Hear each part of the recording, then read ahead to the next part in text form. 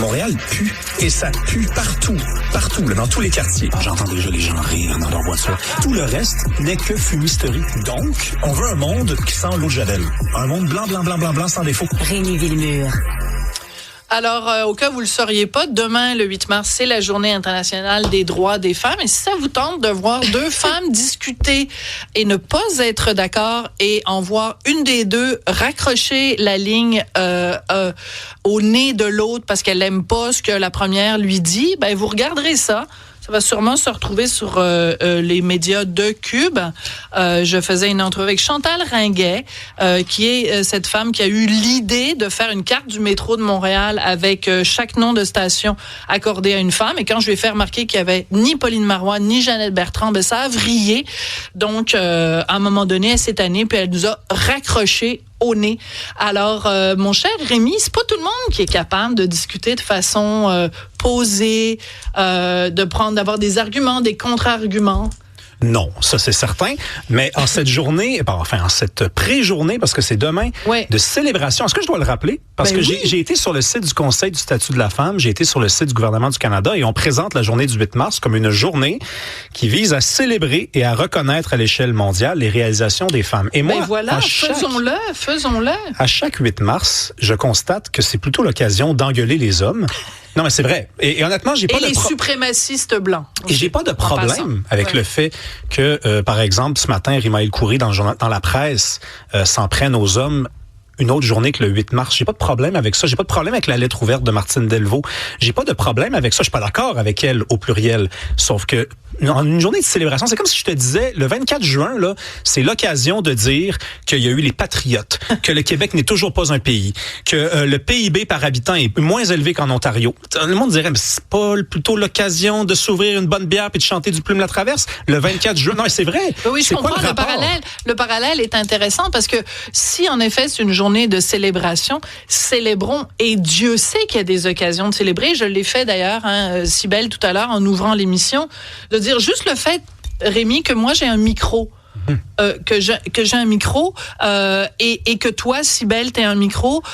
Donc, juste le fait qu'on vive dans un pays, qui n'est pas encore un pays, où les femmes ont droit de parole, où les femmes peuvent être élues, où les femmes ont le droit de vote, où les femmes peuvent se faire avorter si elles veulent, on peut aussi souligner toutes ces réussites-là et souligner aussi, s'il te plaît, Rémi, que s'il y a un endroit sur la planète où on est proche de l'égalité homme-femme, c'est au Québec. D'ailleurs, et c'est grâce aussi aux hommes québécois. Écoute, là, on parle souvent de parité dans la société québécoise. C'est un objectif noble, je pense. Moi, si j'étais une femme, je voudrais, effectivement, si j'étais ambitieuse, comme je suis ambitieux comme homme, personnellement, j'aimerais ça, moi, me voir un peu partout.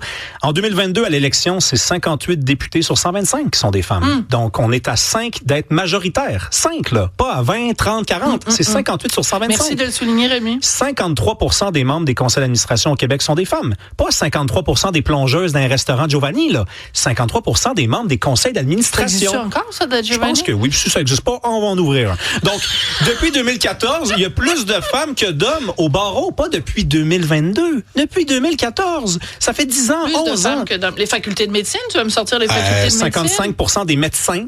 Pas juste des étudiantes, là, des médecins sont des femmes. 70% des notaires. Une job le fun, ça, notaire.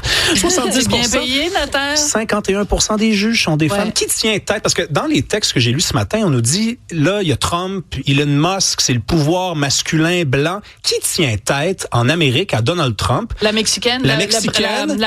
La présidente mexicaine, excusez-moi, j'ai dit la Mexicaine, c'est sorti comme ça. Non, mais Mme la Sheinbaum, présidente mexicaine, absolument. Mme Smith en Alberta. Mais Mme Smith, c'est pas une femme, c'est une femme de droite. Parce que j'ai lu dans un des textes ce matin, je me rappelle plus qui l'a écrit, c'est pas important, mais un des textes qui était donc une charge contre les hommes, l'occasion encore, j'ai dit, de nous engueuler, on disait, il y a des hommes à Washington ou des femmes de droite. Ah oui, qui sont simplement les porte-paroles des femmes. Gars. Moi, je suis plus capable. Non, mais c'est lassant. En une journée de célébration, je te parle de la Saint-Jean où on nous engueulerait. Imagine-toi si à Noël, on soulignait la haine, la tristesse. les blessures. Oui. Mais voyons donc, c'est la fête des femmes, c'est la journée. Mais surtout, c'est présenté comme ça dit célébrer. Colin, pourquoi pas? Pourquoi pas aujourd'hui? Lui, il a le droit de sacrer, mais il n'est pas... Colin. C'est vrai que Colin, c'est Colin de blues, puis tout ça, là, c'est faut que je te joue.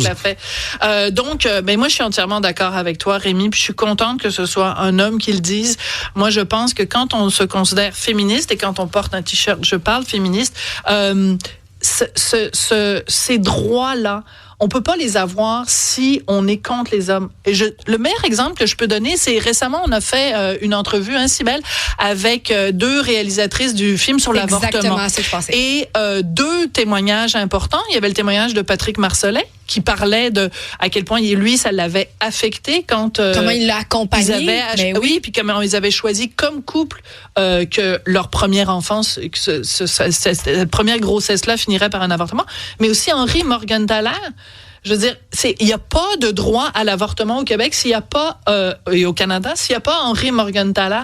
On peut-tu profiter justement de cette occasion-là pour remercier les hommes qui sont des alliés aussi? Ben, je sais, mais regarde, en France, en ce moment, il y a un petit scandale avec Frédéric Becbédé qui a écrit dans Le Figaro un espèce de manifeste à quelques jours, faut-il le dire, à quelques heures même de la Journée internationale des femmes, un texte pour défendre ces hommes. Hein, tu le fais souvent, toi, tu dis, moi, j'ai un bon mari, un homme bon, un féministe, un homme qui ramasse la vaisselle, un homme qui m'écoute quand je parle. Moi, j'aimerais ça faire un documentaire sur les mâles lambda. Ça existe aussi. Puis c'est difficile de faire des compliments à certaines femmes. Je t'ai apporté ici le ragoût du septuagénaire de Charles Bukowski. Charles Bukowski, un écrivain américain qui fumait, qui buvait et qui baisait, un homme toxique avant l'heure. Ouais. Et qu'est-ce qu'il écrit dans ce livre-là? Il écrit à un moment donné, pendant que les hommes détruisent le monde, les femmes font de la confiture de fraises. Et moi, cette phrase-là, je l'ai entendue souvent, je l'ai répétée à des filles et à chaque fois, j'ai eu la même réaction. C'est ça. Les hommes sont au pouvoir et les femmes font à manger. C'est pas ça qu'il dit. C'est pendant que les hommes s'occupent du lait, les femmes s'occupent du beau. Alors, on peut-tu le dire? Et s'il vous plaît, prenez les compliments, mesdemoiselles. On fait une montée de lait LAID. C'est très bon. Non, c'est très bien. Puis en plus, citer Bukowski. Merci beaucoup, jeune homme. Merci beaucoup, jeune demoiselle. Félicitations à tout le monde. Bonne journée internationale des droits des femmes demain. Et merci aux hommes qui sont nos alliés. On vous aime, on vous adore. Merci et à lundi. Autrement dit, Cube.